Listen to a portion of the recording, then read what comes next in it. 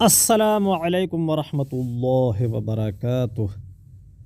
ایک دوست نے آ کر مجھے شکایت کی کہ یار میری ایک بچی ہے تو وہ رات کو نیند میں اٹھ کر بالکل سجدے کی طرف ہو کر سر کے بل پھر پھسل کر نیند میں چارپائی کی نیچے گر جاتی ہے۔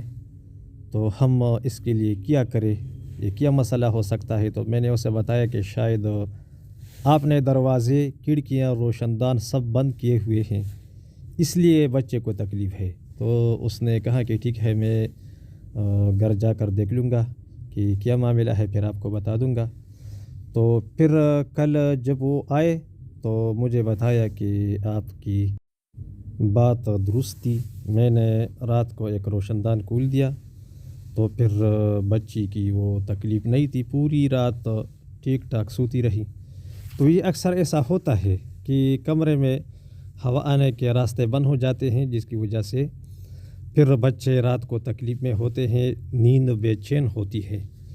اور بعض دفعہ بچوں کی جسم میں پانی کی رطوبات کی کمی ہو جاتی ہے، تو نرم امرود کھلانے سے یا کوئی اور چیز جو رطوبات کو بڑھائے اس کے کھلانے سے پھر بچہ ٹھیک ہو جاتا ہے، اور رات کو پھر بار بار الٹ پلٹ ہونا یا باتیں کرنا یا غرانا، یہ سب اس سے درست ہو جاتے ہیں۔ تو میں نے صرف امرود کے استعمال سے الحمدللہ ان علامات کو ٹھیک کرنے میں بالکل 100% کامیابی پائی۔ تو آپ بھی اسے استعمال کر سکتے ہیں۔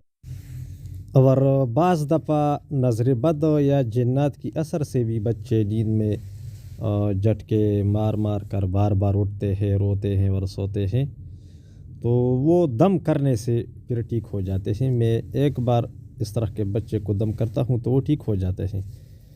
اور ایک مولوی صاحب تھا ہمارے ہاں، بلکہ مفتی ہے، تو اس کی بچی انہوں نے تقریباً پورے KPK میں بہت بڑے عامل سے دم کروایا تھا، لیکن ٹھیک نہیں ہو رہی تھی۔ پھر میرے پاس آئے تو ایک بار دم کرنے سے الحمدللہ اس کی وہ تکلیف جاتی رہی، الحمدللہ۔